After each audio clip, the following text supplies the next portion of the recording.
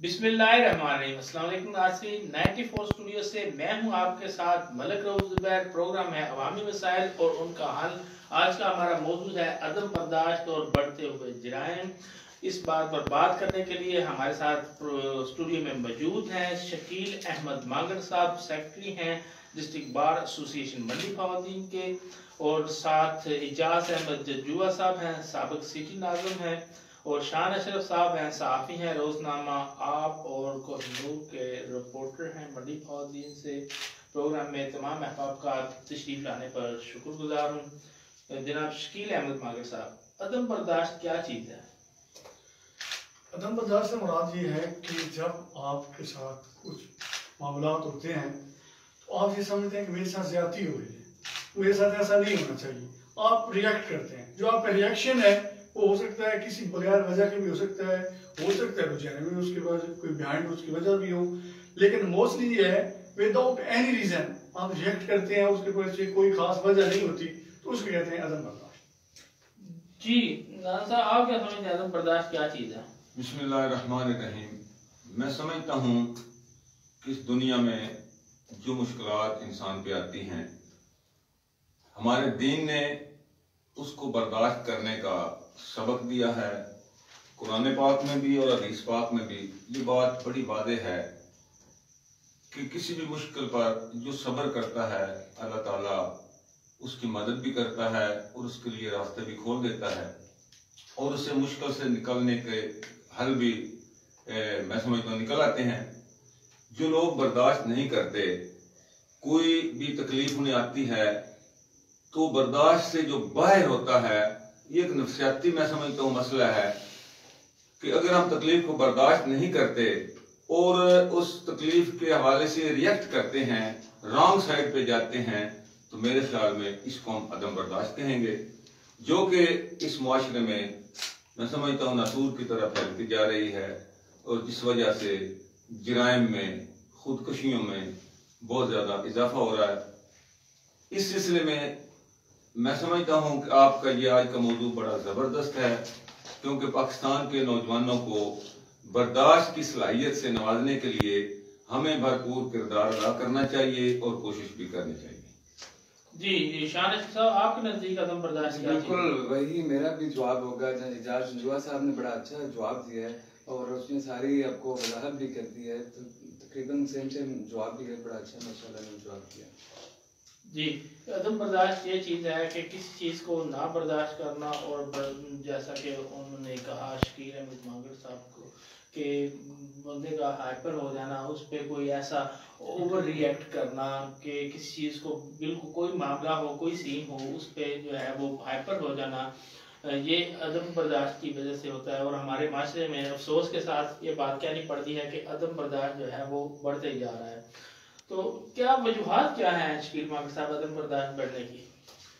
इसकी मेन 3 वजूहत हैं, मैं जो समझता हूँ। सबसे पहले ये वजह है कि इल्म की कमी है।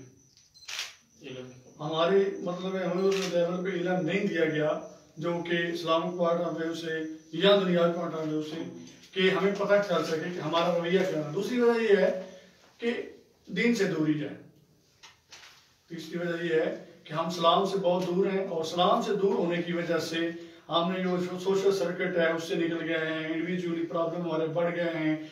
और तीसरी वजह ये है कि जो हमारा सोशल सर्किट है ना, वो बहुत कम हो गया है। लोग इंडिविजुअली रहना पसंद करते हैं, और जो इंडिविजुअली रहता है उसके फिर वो कहता है कि मैं ही हूँ, दूसरा कुछ नहीं है। तो इसलिए लोगों में बर्दाश्त की जो वजह यही तीनों वजह है। हमें शायद आप क्या समझते हैं क्या वजह है अदम बर्दाश्त पैदा होने की माशरे में?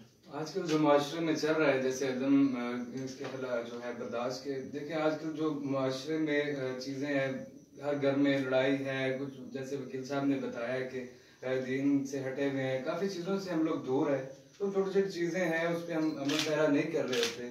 तो बस देख लें माशरे में कत्लो गारत या ये चीज़ें, बर्दाश्त बिल्कुल लोगों में है ही नहीं। कि थोड़ी सी आज जो चल रहा है दौर, उस पर देखा जाए कि एक आपस में 2 बंदे लड़ रहे हैं, ये उसमें और लड़ेंगे, होता है कि बर्दाश्त कर लें थोड़ा सा, लेकिन बर्दाश्त वाला सीन ही नहीं है। हर बंदा जल्दबाज है, जल्दी में सारा फौरन जो भी है मसले साइड इसी तरह बढ़ते जा रहे हैं।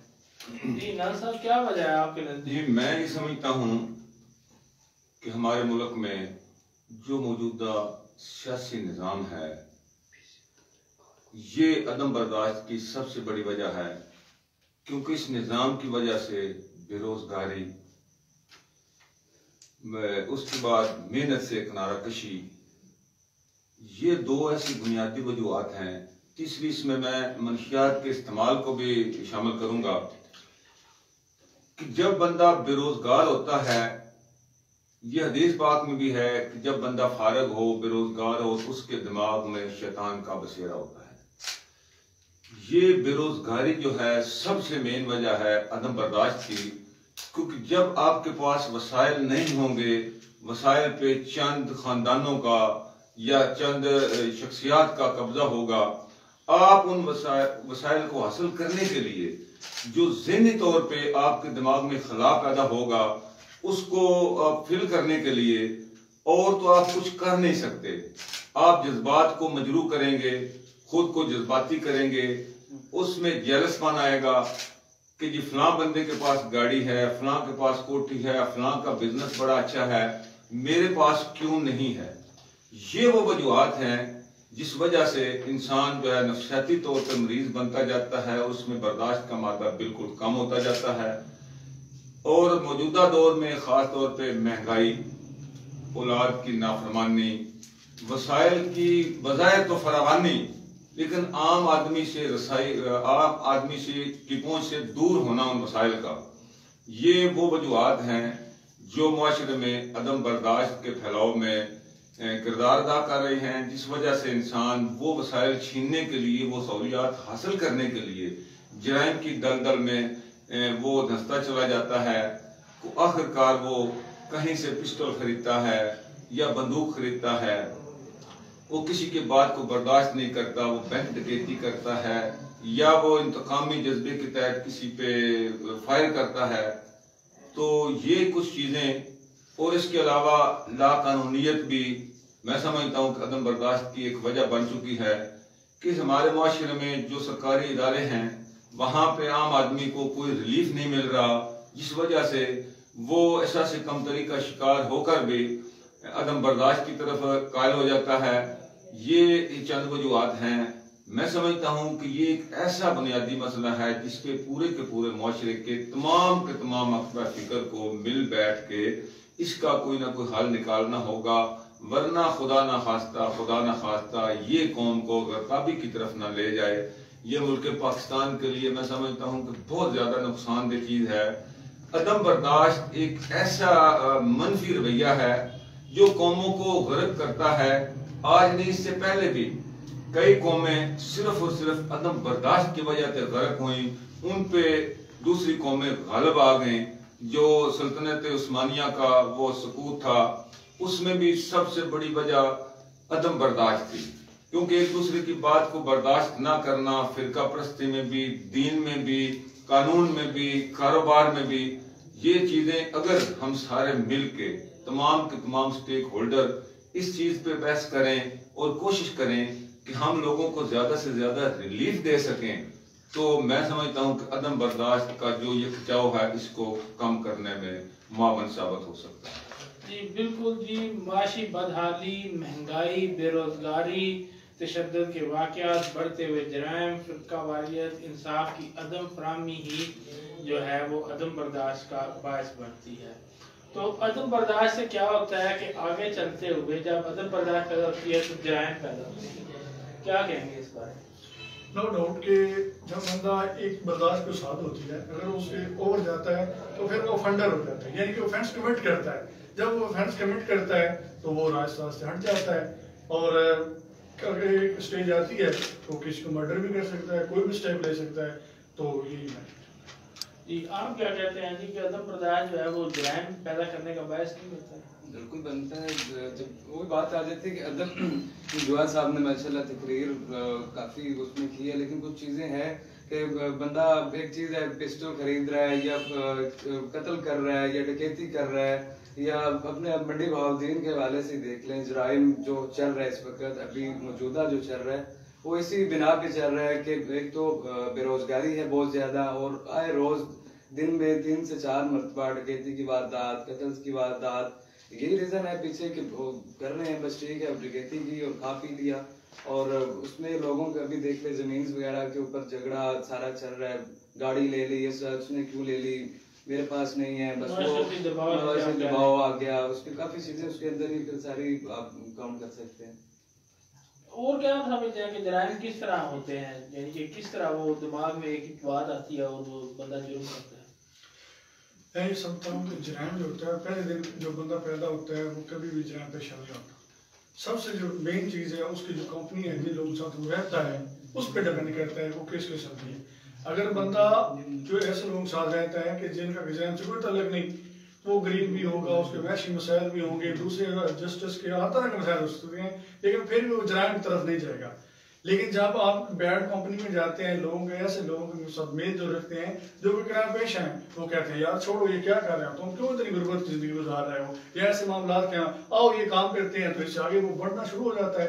तो मेरा ये ख्याल है कि जो तुम्हारे आप लोगों का रहन सहन का तरीका है, आपके दोस्त हैं, जो आपकी कंपनी है, उस पर डिपेंड करता है। दो बातें हो गई, एक अदम बर्दाश्त हो गया, एक हमारी कंपनी हो गई, कंपनी फेल करता है, और जो अदम बर्दाश्त में से अचानक जो है वो तकरार हुई, वो अदम बर्दाश्त में से होता है, कत्ल हो गया, या फिर वो बंदे के अंदर जो है कुछ भी कर दिया, ऊपर दे रखते हैं नफरत के, वो किसी वजह से कि इसको मैंने ये ऐसे करना है।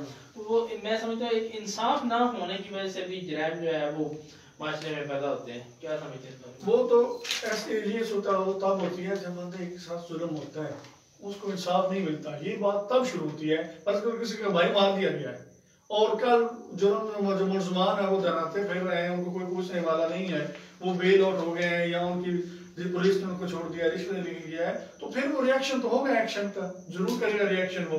तो ये तब होता है जब एक बंदा ज्यादती होती है, उसे इंसाफ नहीं मिलता। फर्स्ट ऑफ ऑल मेरी जो है मैं कहता हूँ कि अदालतों को जो सबसे मेन रीजन है क्राइम की, उसमें पुलिस का बड़ा रोल होता है। अगर पुलिस अपना रोल पॉजिटिव प्ले करे तो क्राइम अर्ली स्टेज पे रोक सकता है, कम हो सकता है। लेकिन जब एक बंदे का भाई या बाल है या कोई उसका रिलेटिव मर्डर हो गया है, लेकिन जो हमारा जिस तरह का सिस्टम है, अब मैं समझता हूँ कुछ बेहतर है, लेकिन इससे पहले तो हमारा हाल ही कोई ना था, खासतौर पर मंडी बाउद्दीन का। तो उस वक्त तो यही था कि डीपीओ भी ठीक है, सारे ठीक है, पैसे दो, ये करो वो करो, मामला हो जाएंगे। अब वो जंगल का कानून था, कोई कानून नहीं था। तो मैं ये समझता हूँ कि जिस बंदे को इंसाफ मिल जाए, अदालतें सजा दे दे, पुलिस मेरिट इन्वेस्टिगेशन कर ले, तो फिर ये जराइम भी कम होंगे और बंदे मुतमईन लोग मुतमईन भी होते हैं। इसमें ये ऐड करूंगा कि ये जो है ना कि बंदा को कत्ल हो गया और उसके कातिल दंडनाते फिर रहे हैं, तो उसने बंदूक उठा ली, इसको मैं समझता हूँ कि अदम बर्दाश्त के जुमरे में हम शामिल नहीं कर सकते। ये तो इंतकामी कार्रवाई, इसको हम जरूर कह सकते हैं, अच्छा, या एहसास मारूमी कह सकते हैं। अदम बर्दाश्त और चीज है। अदम बर्दाश्त जो है वो जराइम को स्टार्ट करने पे जो रिएक्शन होता है, जो रवैया होता है, मैं समझता हूँ कि अदम बर्दाश्त वो है। और उसमें एक रीजन खास तौर पे भी मेरे ज़हन में आया कि जो रिस्क हराम है वो भी एक बुनियादी वजह है, क्योंकि हमारे दीन ने, नबी अकरम हज़रत मोहम्मद मुस्तफ़ा सल्लल्लाहु अलैहि वसल्लम ने, खालिक़े कायनात ने ये फरमाया है कि अपने बच्चों को रिस्क हलाल खिलाओ।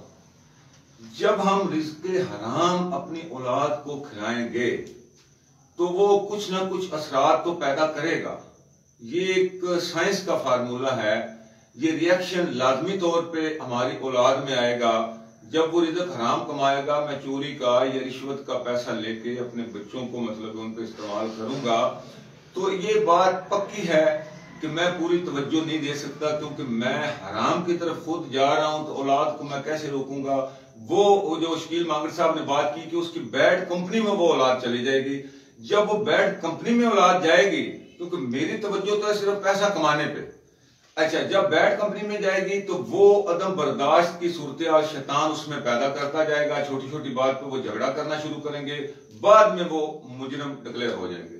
ये भी मैं समझता हूँ है ना कि इस्लाम से दूरी है। हाँ, इस्लाम से दूर जब होंगे तो फिर हराम की तरफ जाएंगे, जो जैसा फरमाया, फिर बाकी मामला होंगे। सबसे मेन जो वजह है, मैं जो समझता हूँ, वो इस्लाम से दूरी है। इसकी वजह अच्छा एडवोकेट साहब, आपने कहा कि पुलिस का बहुत बड़ा रोल है जराइम के होने में, तो पुलिस तो जराइम रोकने के लिए नहीं बनी हुई है, तो पुलिस का किस तरह रोल हो गया?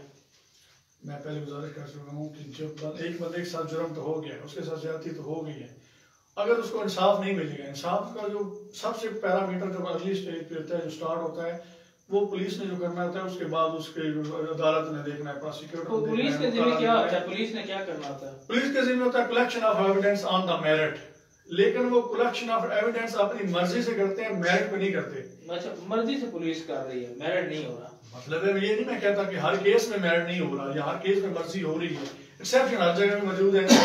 आप भी हैं, पहले ज्यादा थे लेकिन आप भी हैं, तो ये मामला चलते जाते हैं।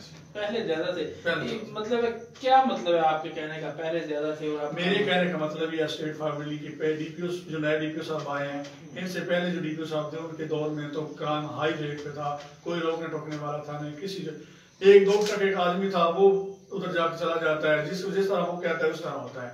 अब ये है कि अब बेहतर है, जो कुछ चेक एंड बैलेंस है, लेकिन नीचे अभी भी प्रॉब्लम्स हैं। नहीं, अच्छा डीपीओ साहब, आप समझते हैं मौजूदा जो है वो ईमानदार है, ठीक काम कर रहे हैं, अच्छे हैं, वक्त के साथ साथ चलेंगे तो इंशाल्लाह देखेंगे पॉजिटिव है, लेकिन जो नीचे उनकी कारकर्दगी बेहतर है, लेकिन नीचे चलेंगे अगर उनके साथ आगे चलेंगे। लेकिन एक प्रॉब्लम मैं बताता चलूं कि जो नीचे है ना उनका अमला है, उस पर भी प्रॉब्लम है, उनका मेहनत की जरूरत है। और ये नहीं कि आप नीचे जो अमला है या नीचे पुलिस वाले जितने हैं उनकी तरफ आंखें बंद कर लें, वो ठीक हो जाएंगे। मैं नहीं समझा कि अभी वक्त की जरूरत है। और जो आईओ है उनके बारे में आप क्या कहेंगे? आईओ से बात ये है जो मैंने कहा है, कलेक्शन ऑफ एविडेंस है जी। आईओ आज भी पैसे लेते हैं, करप्शन करते हैं, इसमें कोई शक नहीं है।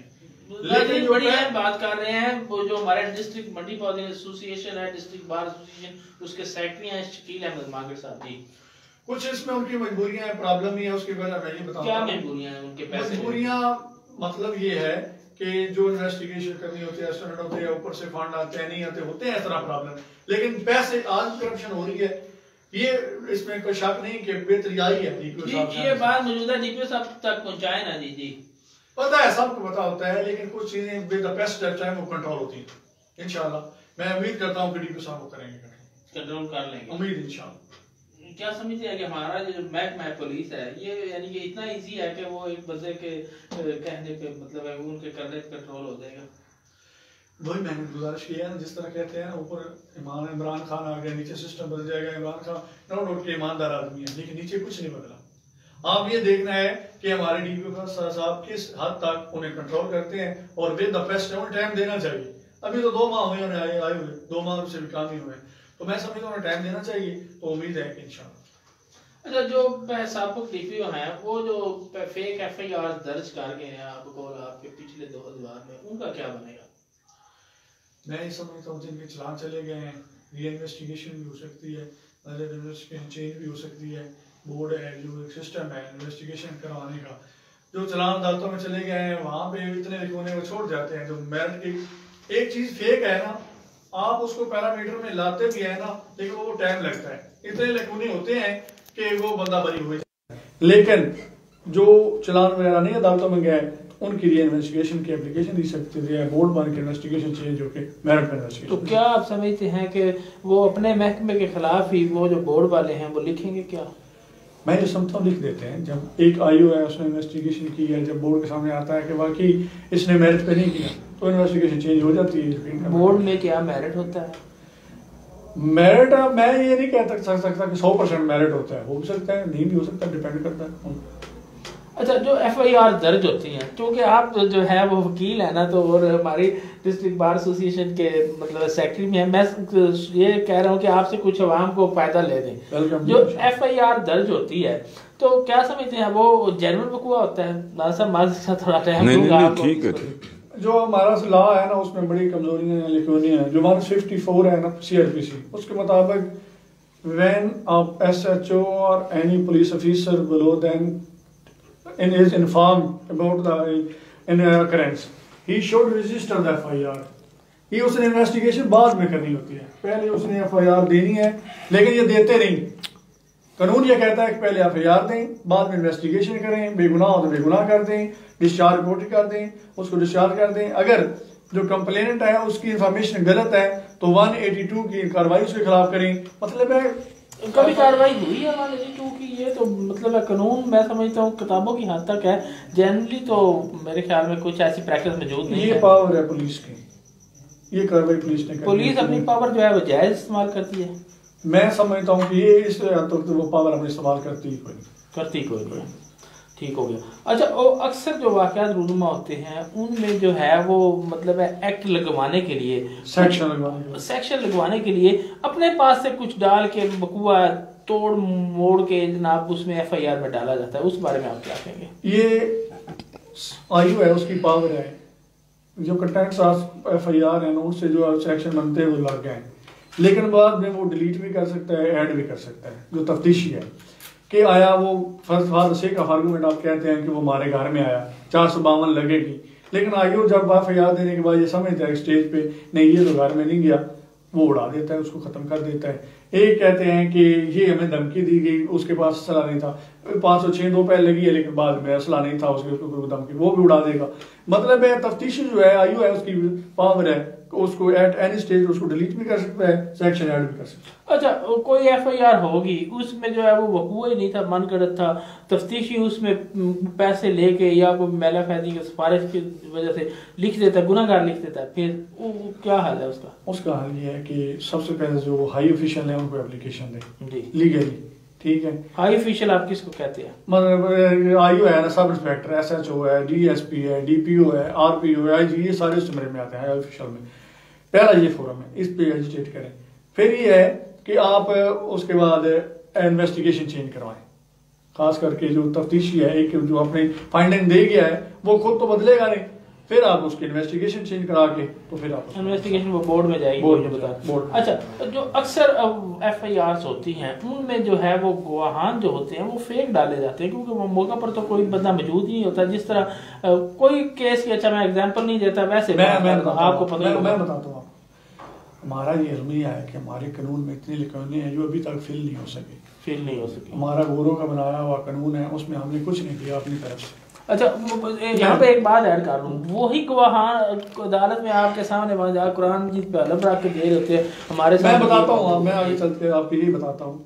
प्रॉब्लम ये है कि एक बंदा मर्डर हो गया है, होना ये चाहिए था कि एक सिर्फ इन्फॉर्मेशन एजेंसी को दें, उसके बाद आप कलेक्शन ऑफ एविडेंस करें। जो गुनहगार हैं एजेंसियों का, हमारी जो एजेंसी है उनका स्टैंडर्ड इतना अप होना चाहिए कि जो कलेक्शन ऑफ एविडेंस करें वो ऑन मेरिट हो, हमें ये शक या डाउट ना हो कि ये मेरिट पे करेंगे नहीं।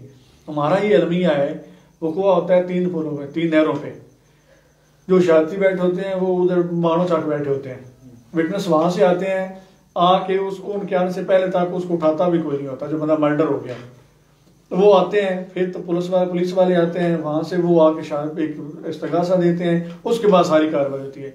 अब ये हमारे कानून की डिमांड है कि शाती मजदूर for the sake of argument आप ये कहते हैं कि नहीं मैंने भी शाती बनना, ताला साहब किसी ने भी नहीं बनना, तो ये होगा आपका केस जाया होगा। बंदा जो जनरल शहादती होते हैं वो शहादत देना ही नहीं चाह रहे होते हैं, या वो डर होता है, डाउट होता है कि ये फिर जाएंगे या मुकर जाएंगे।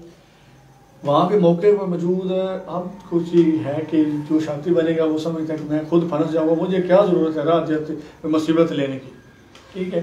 जो आपके ब्लड रिलेशन होता है उन्होंने विटनेस बनना होता है आपका, उन्होंने शहादत देनी होती है, और वो ही अदालतों के धक्के खा सकते हैं और कोई नहीं खा सकता। मैं ये समझता हूँ कि कानून ही ऐसा होना चाहिए कि जब कोई वक़ुआ हो गया है, पुलिस को जब इन्फॉर्मेशन हो गई है, उसके बाद पुलिस को कलेक्शन ऑफ एविडेंस करनी चाहिए, ऑन मेरिट करनी चाहिए। हमारी जो एजेंसी है उसका जो है इतना स्टैंडर्ड होना चाहिए कि हर बंदा उसको बिलीव कर सके, समझे कि जो कुछ उन्होंने किया है ना वो ठीक किया। खासा इंग्लैंड में, अमेरिका में ऐसा है कि जो उनकी एजेंसियाँ करती हैं वो समझते हैं कि उन्होंने ऑन मेरिट किया है, मेरिट के अलावा इन्होंने कुछ नहीं किया। लेकिन हमारी बात वक्त ये है कि हमारी जो एजेंसी है उनका जो स्टैंडर्ड ऑफ ऑनेस्टी है वो इस लेवल का नहीं है कि हम उन पर रिलाई कर सकते। अच्छा, कितने फीसद लोग जो हैं वो जेन्युइन चालान होके पहुंचते हैं?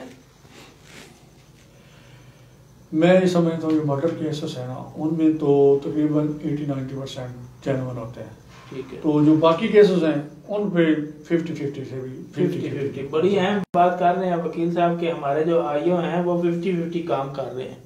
इसी तरह जो है वो जेल जो है भरी पड़ी है, वहाँ पे जो गुनाह लोग हैं चलान हो चुके हैं और उनको सज़ाएं भी हो चुकी हैं, वो लोग वहाँ पे जो है वो अब उनकी कोई सुनने वाला नहीं है, कोई फरियाद उनकी जो माजरत के साथ आप वकला हजरात भी जाते होंगे, जज साहब भी जाते हैं, बस वो दौरे होते हैं, दौरा करके आ जाते हैं, लेकिन वो जो जेल में मंडी बहुद्दीन की जेल में गल सड़ रहे हैं उनका कोई पुरसाने आलिम नहीं है, ना ही आपकी कोई डिस्ट्रिक्ट बार एसोसिएशन उनके लिए कुछ कर रही है। इसमें डिस्ट्रिक्ट बार एसोसिएशन जो होती है ना, वो ये कर सकते हैं कि जिसका वकील कोई ना हो उनका हमको वकील दे दें या उनकी मदद कर दें, लेकिन जो उनके केसेस हैं या वहाँ पर जो बैठे हुए हैं, कई लोग ऐसे भी वहाँ पर बैठे हुए हैं कि जिनका छोटी बार नहीं दिया जा सकता, मतलब जमानत तो आपका जो बार है वो क्यों नहीं ऐसे लोगों के लिए काम क्यों नहीं करता, क्यों नहीं आप खुली कचहरी की मानद या जाके उन लोगों से मुलाकात क्यों नहीं करते हैं? ये इसमें हमारी जिम्मेदारी नहीं है, बार का उसमें रोल नहीं होता है। हम जो सदर सेक्रेटरी होते हैं वो जब सेशन जज जेल पे जाता है उसके साथ हमारा लीगली बार है कि हम उनके साथ जाते हैं, विजिट करते हैं जेल का, लेकिन जो पावर्स हैं सेशन जज उस दिन या जो विजिट पे जज साहबान जाते हैं वो इस तरह के लोगों को छोड़ देते हैं। नहीं, आपको वकला के पास इतनी पावर तो होती है कि आप उनका केस जो है वो मतलब है फ्री में अल्लाह ताला की जात के लिए जो है वो मैंने जैसे किया ना कि केस बेल आउट भी हो जाते हैं, लेकिन उनको छोटी बार तो केस खुद देना है ना, वकील ने तो वो देना नहीं ना। तो उसके लिए हुकूमत को कुछ करना नहीं चाहिए। ये हुकूमत का स्टेप है, एक चैरिटी फंड वहाँ पे रखे या इस तरह की मदद करे कि जो छोटी बार नहीं दे सकता या जिनको फाइन वगैरह हो गए तो वो उनका पे करके। मैं वकील साहब को आगे जो है वो पुलिस से निकाल कर अदालत की तरफ लेके जाऊंगा, लेकिन पहले नाज़िम साहब की से और शान अशरफ से पुलिस का जो आईओ के बारे में और फेक FIR के बारे में वो जो है मैं इनका तजिया लेना चाहूँगा। जी नाज़िम साहब क्या कहेंगे आप, जो आप ये सारी गुफ्तगू हुई? जी मैं ये समझता हूँ कि इस वक्त हमारा मुल्क माफियाज की जद में है। वो उस पुलिस को माफिया कह लें, सरकारी जो लूट मार करने वाले करप्ट सियासतदान हैं उनको माफिया कह लें, या सरकारी अफसरान को माफिया कह लें, और उसमें मेरे ये भाई मादरत से तशरीफ़ फरमा हैं वकला भी एक माफिया की सूरत अख्तियार कर चुके हैं। यकीन करें कि मंडी बहुद्दीन के किसी भी वकील के पास किसी वकील के जुर्म के लिए आप चले जाएं, आपका कोई वकील होने के लिए तैयार नहीं है। वो जो गैर कानूनी हरकत करता रहे दूसरा वकील उसको सपोर्ट करेगा। इसी तरह जो पुलिस वाला आईओ जितनी मर्जी गलत तफ्तीश कर ले, RPO तक भी आप चले जाएं वो उसको ही सपोर्ट करेगा। कोई शादो नादर एक आध बंदा जो है वो सैंपल रखने के लिए हर इदारे में ऐसा होता है कि थोड़ा बहुत एक्शन लिया जाए, लेकिन पुलिस हमेशा पुलिस की फेवर में जाएगी, वकील हमेशा वकील की फेवर में जाएगा। आ जाके सरकारी अफसरान जो हैं वो भी एक दूसरे का सारा कुछ करते हैं, सियासतदान भी शायद कुछ करते हैं, अवाम जो है उसका कोई पुरसान हाल नहीं। आप देखें कि ये जितनी भी दुनिया के निज़ामों की मिसालें दी जाती हैं, सबसे बेहतरीन अगर निज़ाम है तो वो है इस्लामी निज़ाम, जिसे आज नहीं तो कल दुनिया तस्लीम करेगी कि ये जो मौजूदा अदालती निज़ाम है, ये जो इंसाफ का निज़ाम है, ये जो इंसाफ के इदारे हैं, ये ही सबसे ज़्यादा नाइंसाफ़ी फैला रहे हैं। मैं इसको एक एग्जांपल दूंगा कि एक मर्डर हो गया, बेगुनाह एक बंदा भी बेशक पकड़ा गया 302 में, अगर 1 महीने के अंदर अंदर उसको सजाए मौत भी हो जाती है तो उसके ख़ानदान वाले, मैं समझता हूं कि अल्लाह ताला का वो फरमान समझ के या उसकी हयाती इतनी थी, उसकी ज़िंदगी ख़त्म थी, वो सब्र शुक्र करके बैठ जाएंगे और अपने अपने कारोबार लग जाएंगे। एक बंदे को फांसी हो गई, बेशक वो बेगुनाह ही था, लेकिन यहाँ पे जो एक बंदा गुनाहगार भी है उसको सजा दिलवाने के लिए कम अज कम 40 साल और 40 लाख रुपया भी चाहिए। जो गुनाहगार होते हैं ना जी, उनको पुलिस अगर जैनवन उनको मतलब है पकड़ के चलान करके भेजती है, वकला हजरात उनको, मैं वो उसी तरफ आ रहा हूँ कि वो एक तो जो जिसका मर्डर हुआ है ना, वो अगर जमींदार है तो उसकी जमीनें फरोख्त हो जाएंगी, उसकी इज्जतें नीलाम हो जाएंगी, अच्छा वो मकरूज हो जाएगा, अच्छा वो एक बंदा तो जेल में है ना, उसकी सज़ा जो उसका ख़ानदान है, 40 बंदे हैं वो भुगत रहे हैं, पुलिस को रिश्वत दे के, वकला की फ़ीसें अदा करके, मुलाकातें करके, ये करके वो पूरी की पूरी नस्ल, अगर एंड पे वो बंदा बरी भी हो जाता है तो यकीन कीजिए कि वो 100 साल तक दोबारा वो ख़ानदान बहाल नहीं हो सकता। वो इतना अपाहज हो जाता है, या तो वो मतलब क्या कहते हैं भिखारी बन चुका होता है या गुलाम बन चुका होता है जी। ये इब्तदा पुलिस ही होती है ना जी, ये पुलिस ही सर देखिए वो सियासतदान है, कोई कमजोर आदमी नहीं ये बात नहीं है। देखिए अर्ज अवाम की नुमाइंदगी करते हैं नहीं करते? अर्ज करता हूँ जी, अवाम की नुमाइंदगी करनी है तो डंके की चोट पे करें। ये आपको ये किसने, अरे सुने ना सर, आपको ये किसने कह दिया कि जो बेवकूफ़ी की बातें हैं वो इमाम के खाते में आएंगी? जो बात देखिए, अदम बर्दाश्त इसी चीज का नाम है ना सर। अरे सुने ना, झूठे FIR होती हैं नहीं होती हैं, नहीं होती, सिर्फ इस बात में। अल्लाह सर, मैं क्या नजूमी हूँ? मैं नजूमी तो नहीं हूं ना सर। आपको इस बात अरे नहीं सर, नहीं, इसका डिसीजन देखिए मेरिट कर रहे हैं, मेरी एक अर्ज सुन लेना। हाँ, आईओ मेरिट नहीं कई जगह पे कर रहे, ये बात आपकी में कुछ रीजन है, लेकिन मुझसे फतवा लगवाना कि झूठी FIR हो रही हैं, तो ये अरे सुन नहीं सियासतदान FIR तो नहीं कटवाते ना। और कौन कटवाता? अरे सुने ना जी, बात ये है कि ये सारे जराइम हो रहे हैं, लेकिन इज्तमाही तौर पे अगर इनको मतलब खुलासे में बयान किया जा सकता है तो वो ही मैं समझता हूँ बेहतर है, क्योंकि जब तक आपके पास किसी भी बात की पावर ना हो, यही वो अदम बर्दाश्त है कि मेरे पास फैसले की ताकत नहीं लेकिन मैं जज बना बैठा हूँ। तो फिर आप अरे सुने ना, छोड़ देना, जब वज़ीर-ए-आज़म बन गए, जब वज़ीर-ए-आज़म बन गए उस वक्त जो है पॉइंट रेज करके उस पर सर वज़ीर-ए-आज़म का काम सजाए मौत देना नहीं है सर। मैं अर्ज कर रहा हूँ ना, वही तो मैं कर रहा हूँ ना। आप जेन्युइन तजिया करें, अवाम किस चीज का शिकार है, उन्होंने वकील हो के जो है वो जेन्युइन बात कर दी है, आप सियासतदान हो तजियाकार हो के पहले तो इन्वेस्टिगेशन ऑफिसर आए जो भी हुआ है इसको दयानतदारी से काम करना चाहिए। तो आज का टॉपिक तो वैसे अदम बर्दाश्त का है, इसमें आयु का कोई किरदार नहीं था। माशरे और हम सबको मिलकर काम करना चाहिए। तो टॉपिक जो है उस पर काइंडली, अच्छा टॉपिक बात तो है, बात से बात निकली है ना, बात सुने एक बंदे के बात सुने एक बंदे के साथ इंसाफ नहीं हो रहा है, ठीक है, तो फिर उसकी बर्दाश्त जो है वो अदम बर्दाश्त में तब्दील हो जाएगी नहीं होगी? नहीं, वो तो इंतकाम में जाएगी ना। बढ़ेगी नहीं बढ़ेगी? क्या रीजन हमने अभी जो है निकाली है कि माशी बदहाली, ठीक है, बेरोजगारी है, उसमें महंगाई कानूनियत भी है, और जो इंसाफ का ना होना, ये सारी चीजें इसमें शामिल हैं। तो हम जो है वो यानी कि इसको अदम बर्दाश्त को खत्म करने के लिए इन तमाम टॉपिक्स पर बात करेंगे तो ही यानी कि इसका कोई हल निकल पाएगा कि नहीं। और ये अब आपसे क्वेश्चन किया है कि पुलिस जो है वो ठीक कर रही है, जेन्युइन FIR दे रही है, और आईओ जो है वो ठीक काम कर रहे हैं, इसका आपसे आंसर चल रहे इन्वेस्टिगेशन ऑफिसर है। देखा जाए तो जराइम की जो बढ़ती हुई है शरह को कम कर रहे हैं और काम भी अच्छा कर रहे हैं। अगर इस मौजूदा हमारे मंडी बहाउद्दीन की तरफ देख लें तो बड़ा अच्छा काम हो रहा है, इस पर इन्वेस्टिगेशन प्रॉपर हो रही है। जो पुराने ऑफिसर्स हैं जो चले आ रहे हैं अभी तक, उनमें है कोई 19-20 वही बात के वकील साहब की, जो हमारे DPO साहब बैठे में ऊपर नीचे तबका जो है कुछ कर लें आप 70-60% ठीक है, बाकी इनमें है कमी है, लेकिन वो ऐसा DPO साहब सेटिंग कर रहे हैं उनसे, और ऐसा वो मजीद सेटिंग हो जाए। क्या पुरुमीद है जो नए DPO साहब हैं वो मतलब है जो हमारा पुलिस का जो सिस्टम है उसको ठीक करने में कामयाब हो जाएंगे इंशाल्लाह? देखें अभी उनको 2 माह हुए हैं, तो ऐसा सारा सीन बनाएंगे वो भी। नहीं, पुलिस निजाम को ठीक करना तो DPO की जिम्मेदारी नहीं होती ना, निजाम को ठीक करना तो कोई जिम्मेदारी। इंडिया की फिल्म देखी है कि वो एक दिन के लिए वो मिनिस्टर बनता है, तो उसने सारा कुछ ठीक कर दिया एक दिन में। तो वो फिल्म में था ना, वो फिल्म में था। आप इधर भी प्रोग्राम में अगर कर लें, आप प्रोग्राम में जो मर्जी करवा लें, वो तो आप 24 घंटे के अंदर अंदर वो तो कोई भी बना सकता है सारा।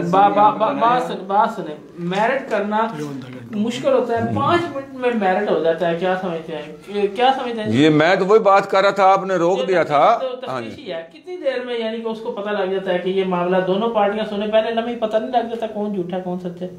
इतना मुश्किल काम तो नहीं है। इन्वेस्टिगेशन जब 1-2 दिन होती है तो पता चल जाता है। पता चल जाता है, आईओ पता होता है क्या मेरिट है। कुछ मामला होते हैं जिनमें नहीं भी टाइम भी लग सकता है, लेकिन ज्यादातर ये है कि 1-2 दिन में पता चल जाता है। लेकिन उसमें सर वही बात है, वो तबकाती सिस्टम जो है ना, हमारा निज़ाम में खराबी जो है, ये मेन वजह बनती है। आईओ की मजबूरी होती है, किसी अफसर की मजबूरी होती है, कहीं पे पैसे की मजबूरी होती है, कहीं पे रिश्तेदारी की मजबूरी होती है, तो वो ना चाहते हुए भी वो नाजायज़ काम करता है, वो अदम बर्दाश्त की तरफ लोगों को ले जाता है। आपकी इस बात को मैं रिजेक्ट नहीं करता, लेकिन अगर आप ये कहेंगे कि मखसूस नॉमिनेट प्रोग्राम में किया जाए तो मैं ये मुनासिब भी नहीं समझता। एक निज़ाम को, अरे सुनो ना सर, मैं जनरली बात कर रहा हूँ जी, उसमें देखिए ये आज से नहीं, अज़ल से अच्छाई और बुराई दोनों चल रहे हैं और इन्होंने क़यामत तक चलते रहना है। कभी हो गया बुराई वाले ज़्यादा हो गए, अच्छाई वाले कम हो गए, कभी अच्छाई वाले ज़्यादा हो गए, बुराई वाले कम हो गए। असल चीज़ तो है कि इसको कैसे हम कवर कर सकते हैं। मैं ये समझता हूँ कि जब तक पाकिस्तान में नहीं बल्कि पूरी दुनिया में अगर इस्लामी कानून नाफिज हो जाए तो यकीन कीजिए कि दुनिया में अमन व अमान कायम हो जाएगा। ये अदम बर्दाश्त जो है ये भी ख़त्म हो जाएगी, इसी तरह झूठी FIR भी ख़त्म हो जाएंगी, निज़ाम ठीक हो जाएगा। आप कौन सी सियासी जमात से तल्लुक़ रखते हो? जी मैं फ़िलहाल तो हकूक़ इंसानी सोसाइटी से तल्लुक़ रखता हूँ। इससे कबल मैं मुस्लिम लीग नून के साथ था। जो निज़ाम बदलने की बात है, ये आपकी ज़ाती को तीजी है कि हकूक़ इंसानी का एजेंडा है? ये सर हमारा हकूक़ इंसानी सोसाइटी का एजेंडा है कि हम इस निज़ाम को बदलने के लिए निकले हैं। इंशाअल्लाह अज़ीज़ एक वक्त ज़रूर आएगा। जनाब शकील मालिक साहब का वक्त ज़्यादा ले रहा हूँ। जो आईओ गलत तफ्तीश करते हैं तो एक कानून तो मौजूद है कि उनके खिलाफ कार्रवाई होनी चाहिए, होगी, लेकिन अमली तौर पे तो कोई ऐसी जो है प्रैक्टिस नहीं मिलती। यही वजह है ना कि मेरिट नहीं होता। उसकी वजह यही है कि एक बंदा first time, second time, third time गलत करे तो उसको सजा मिल जाए तो फिर ना दोबारा ना करे। पुलिस ऑर्डर और रूल्स में है कि जो बंदा तफ्तीश करता है 155C के खिलाफ पर्चा उसके खिलाफ दिया जाए, लेकिन होता लेकिन नहीं, प्रैक्टिकली होता कोई नहीं, होना चाहिए उसका कार्रवाई मिल जाए। अच्छा कोई पहुंचती है तो वहाँ पे क्या होता है, क्या सीन होता है? पता है इसमें मलिक साहब क्या है, हमने जिसके हम वकील हुए हैं, हमने उसके राइट को प्रोटेक्ट करना है। जो वकाला है जी, जिस तरह से कहा ना एमजूबर साहब ने, वकील जो वकील के खिलाफ नहीं होता लोगों के मेरिट पे, बात ये गलत नहीं है। बात ये है कि हर जगह पे अच्छे और बुरे लोग होते हैं। हम में भी ऐसे कुछ हैं, मैं समझता हूँ होने नहीं चाहिए। जो साहब ने माफिया नहीं होता। यूनिटी एक अहम चीज़ है। अगर हमारी जो वकाला कम्युनिटी है, हमारे पास एक चीज़ है जो हमारी यूनिटी है, जो हमारी पावर है, ठीक है। अगर उस पर किसी स्टेज भी ठेस उसको पहुंचेगी तो हम उसे कभी किसी को इजाज़त नहीं देंगे। उसकी हमारी यूनिटी है, वही हमारी पावर है। उसके लिए ही हम सारे, ये हमारा इलेक्शन होता है, सारा सिस्टम चलता है। उसके बिहाइंड एक ही मकसद होता है कि हमें यूनाइटेड रहना है, ठीक है। तो इसके अलावा मैं ये अर्ज कर रहा था कि जो हमारे पास बंदा आता है ना, हमने उसके राइट्स को प्रोटेक्ट करना है। वो हो सकता है गलत भी हो, हम ये नहीं कहते कि ये गलत हुआ है, हम ये कहते हैं जो अकॉर्डिंग टू लॉ होना चाहिए, जो फॉर्मेलिटी होनी चाहिए, जो स्टैंडर्ड ऑफ इन्वेस्टिगेशन होना चाहिए, वो नहीं है इसमें। हम ये भी नहीं कहते, कुछ केसों में हम ये फर्ज को कहते भी होंगे, लेकिन हम ये नहीं कहते कि इस बंदे ने मर्डर नहीं किया। हम कहते हैं प्रोसिक्यूशन अपना केस साबित नहीं कर सका, जो उस कलेक्शन ऑफ एविडेंस होनी चाहिए वो इसके खिलाफ नहीं है, तो अदालतें फिर उस वजह से बरी कर देती हैं। मतलब है उसमें वकाला का किरदार भी होता है कि जो कलेक्शन ऑफ एविडेंस हुई है, आईओ ने की है, उसका जो स्टैंडर्ड है वो किस लेवल का है, वो उसको शेक कर देता है वकील जो है।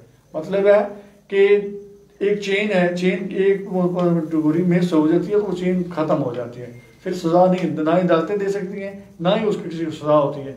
लिहाजा सबसे जो अहम है वो स्टैंडर्ड ऑफ इन्वेस्टिगेशन है, जो अकॉर्डिंग टू मेरिट और स्टैंडर्ड होना चाहिए, तो फिर ही जाके किसी को सजा होगी। इसमें मैं समझता हूँ कि वकील का या और किसी लिख देता है, तफ्तीशी जो लिख देता है, उसके आगे वकील जो है बेबस है, जज बेबस है, क्या वजह है? ये हमारे निज़ाम है ऐसे। तो ये तो कोई तब्दीली वकील के मौके पे जाकर वकील भी कर ले, उसका भी कोई फायदा नहीं। जज के सामने एक वकूआ हो गया है, लेकिन वो खुद उसकी शहादत नहीं दे सकता, ठीक है। ये जो पुलिस एजेंसी बनाएगी या एजेंसी ने करना है, वही आगे चलना है। ठीक हो गया।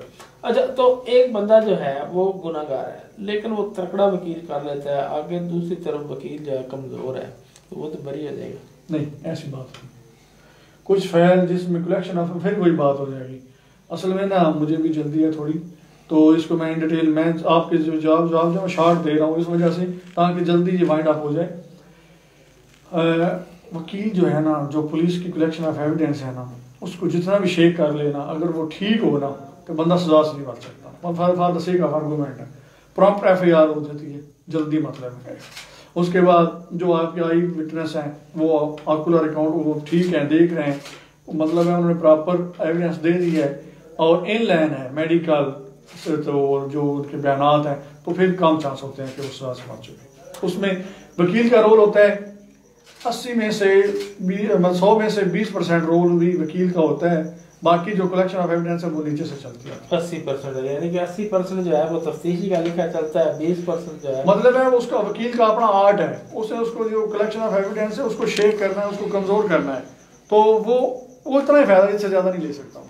20% से ज्यादा फायदा नहीं होगा। मतलब ले डिपेंड करता है, लेकिन आपके जो विटनेसेस हैं जो कलेक्शन है उस पर डिपेंड करता है। अच्छा, आखिरी क्वेश्चन बड़ा मुश्किल है ज़रा, कितने % समझते हैं कि लोग जो है वो जेन्युइन जो है सजा पाते हैं? इसमें ये है कि फिर वही बात आ जाएगी, मैं ये कहूँगा कि जेन्युइन जितना भी हो, जो भी हो, अगर फाइल साथ ना दे तो जज सजा नहीं दे। जज के सामने, जिस तरह पहले जज के सामने बंदा मर्डर हो जाए, अगर फाइल में ना साबित हो सके, एविडेंस जो जितनी है मेडिकल वो सारा लाइन हो, तो वो सजा नहीं होगी। इसलिए ये कहना कि जेन्युइन है नॉन जेन्युइन है ये डिपेंड नहीं करता, डिपेंड ये करता है कि कलेक्शन ऑफ एविडेंस क्या है, उस पर डिपेंड करता है, फिर सजा होती है। यानी जो आईओ ने लिख दिया वही फाइनल चीज़ है, उस पर डिपेंड करता है। वैसे जनरल बात कर रहा हूँ, क्या समझते हैं कि मुकम्मल इंसाफ हो रहा है? जो जेल में बैठे हैं सारे गुनाहगार, कोई मुकम्मल इंसाफ नहीं हो रहा।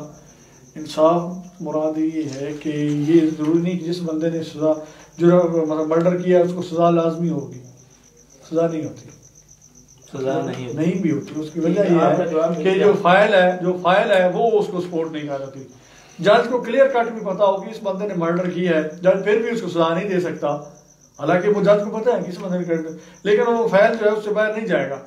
फाइल वो यहाँ पे सजा दे सकता है, जज को तो पता है इसने मर्डर किया, मैं इसको सजा दूंगा, लेकिन आगे हाई कोर्ट बैठी है, सुप्रीम कोर्ट है, वो उसको उड़ा के रख देंगे, बरी कर देंगे।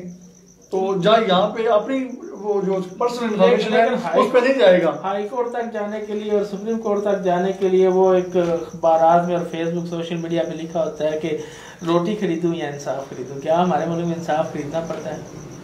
मैं ये समझता हूँ कि अगर एक अदारा है हमारे पाकिस्तान में जो बेहतर परफॉर्म कर रहा है तो वो अदलिया है। कमजोरियाँ उसमें भी हैं नो डाउट, लेकिन बाकी सब अदारों से जो अदलिया है वो बेहतर परफॉर्म कर रहे हैं, बेहतर परफॉर्म करे। ठीक, आईओ सिस्टम को बेहतर बनाने की जरूरत है। किसको? आईओ सिस्टम को, तफ्तीशी सिस्टम निज़ाम को। उसमें बहुत नहीं है, उसके लिए बड़ी मेहनत की जरूरत है। उसमें बेशक जो मामला उसमें तब्दीली की जरूरत है। इंसाफ मतलब इंसाफ में रुकावट है कि ये हम लकीर न रहें कि मर्डर तो होता है इधर सैलमा ग्राउंड में या ऐसे किसी जगह पे, जो शादी वो विटनेस बनेंगे वो वापिस भागोवाल से आएंगे या पांडोवाल से आएंगे, वो आग बनेंगे। मैं ये समझता हूँ कि ऐसा होना चाहिए हमारे कानून में। पुलिस का स्टैंडर्ड इतना आप हो कि जब उनके पास इन्फॉर्मेशन आ गई है कि फलां जगह पे मर्डर हो गया है, वो सारा कुछ जितनी एविडेंस है, अब मॉडर्न डिवाइसेस से जो होती है इन्वेस्टिगेशन होती है, ठीक है, मॉडर्न डिवाइसेस से एविडेंस कलेक्शन ऑफ एविडेंस हो, तो जो असल एक्चुअल फंडर है उसको ही सजा होगी, किसी बेगुनाह नहीं होगी।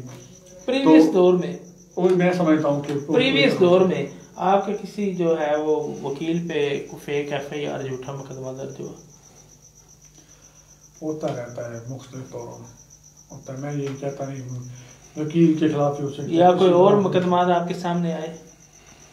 काफी यहाँ मैं ये इंडिविजुअली नहीं बता सकता कौन कौन से हैं, लेकिन होते हैं इसमें। ठीक हो जी ना साहब, हमारा क्योंकि मौसम आजम बर्दाश्त का है, अब मैं आप सबसे अहबाब से आखिरी क्वेश्चन ये करूंगा कि किस तरह अदम बर्दाश्त कंट्रोल किया जाए ताकि जराइम पे काबू पाया जाए। देखिए, मैंने कंट्रोल किया ना अभी मैंने, जल्दी है। अरे सुनो ना, मैंने अभी बर्दाश्त किया ना, क्योंकि एक मौजू था कि हमने देखना था, आज जो हमारा मौजू था कि जराइम की बुनियादी वजूहात क्या हैं, और आप आज सारा आपने टाइम आईओ पे ज़ाया कर दिया, तफ्तीश पे ज़ाया कर दिया। ये तो प्रोग्राम होता, तफ्तीश के हवाले से प्रोग्राम रखते, या कोई ऐसा मौजू होता जिसमें इंसाफ की मुतलाशी बात होती। मैंने आपकी सारी गुफ्तगू, एक सुने ना, सुन तो लेना। ये बात बताएं कि टाइम कम है हमारे पास, ये बताएं बात करें कि अदम बर्दाश्त जो है वो किस तरह कंट्रोल की जाए ताकि जराइम को कंट्रोल किया जा सके। मैं ये समझता हूँ कि जो बर्दाश्त है उसको बढ़ाने के लिए मुआशरती तौर पे मांगड़ साहब की बात, जो इब्तदाई बात थी, उससे मुतफिक हूँ कि इल्म जो है वो सबसे बुनियादी वजह है। इसको ख़त्म करने के लिए इल्म जो है वो किरदार अदा कर सकता है। अपने बच्चों की तालीम पे तवज्जो दें, अपने बच्चों को अपना मुस्तकबिल समझें, उनकी तरबियत माँ भी और बाप भी वो अगर अच्छे तरीके से करेंगे, इस्लामी नुक्ता नज़र के मुताबिक करेंगे, उनको पैदाइशी तौर पे बर्दाश्त का सबक देंगे, तो मैं ये समझता हूँ कि इस अदम बर्दाश्त को फिर ही ख़त्म किया जा सकता है। जी वकील साहब, आप बताइए कि किस तरह जो है अदम बर्दाश्त खत्म की जा सकती है ताकि जराइम में कमी वाक़ हो। सिंगल एक पॉइंट है जी कि इस्लाम के साथ मुंसलिक हो जाओ तो तुम्हारी बर्दाश्त भी आ जाएगी, तुम्हारा सोशल सर्किट भी बेहतर हो जाएगा, तुम्हारी ज़िंदगी भी बेहतर होगी। ज़बरदस्त। नाज़रीन, जो मकसद जो है वो यही है, इस बात का जो है लुबे लबाब यही है कि जो हमारे दीनी तालीमात हैं उन पे अगर हम अमल पैरा हो जाएं तो रवादारी जो हमारे दीन ने सिखाई है, बर्दाश्त का, सब्र का बार बार जो है वो दरस दिया है, हमारी जो इबादत हैं वो भी जो है वो बर्दाश्त ही सिखाती हैं। तो मैं समझता हूँ कि आप अपने बच्चों को भी जो है वो यही तलकीन करें कि बर्दाश्त करें, शुरू से ही वो उनमें बर्दाश्त पैदा करके लाएँ। तो मैं समझता हूँ कि दूसरे जो है हुकूमत पे करने वाले काम है, माशी बदहाली, महंगाई, बेरोजगारी और मुख्तलिफ माशरती जो दबाव होता है उसकी वजह से या नाइंसाफ़ी हो रही होती है, उस वजह से भी अदम बर्दाश्त आता है। तो हुकूमत को भी इस पे जो है वो काम करना चाहिए। चूँकि शकील अहमद मांगड़ साहब आजकल कोई इलेक्शन उनका सदर मेरा ख्याल है बार का डिस्ट्रिक्ट बार एसोसिएशन का चल रहा है, उस सिलसिले में कैंपेन में लगे हुए हैं, तो उन्होंने वक्त निकाला। मैं उनके कीमती वक्त देने पर शकील अहमद मांगड़ साहब सेक्रेटरी बार डिस्ट्रिक्ट बार एसोसिएशन मंडी पौध का इंतहाई शुक्रगुजार हूँ कि वो 94 स्टूडियो हमारे प्रोग्राम में तशरीफ़ लाए। इजाज़ अहमद जजुआ साहब का शुक्रगुजार हूँ और शान अशरफ साहब साफ़ी हैं, उनका शुक्रगुजार हूँ, उन्होंने टाइम दिया। इसी के साथ मलिक रऊफ़ ज़ुबैर को 94 स्टूडियो से इजाज़त दें। अगले प्रोग्राम में अगले टॉपिक के साथ दोबारा हाजिर होंगे। अल्लाह निगहबान।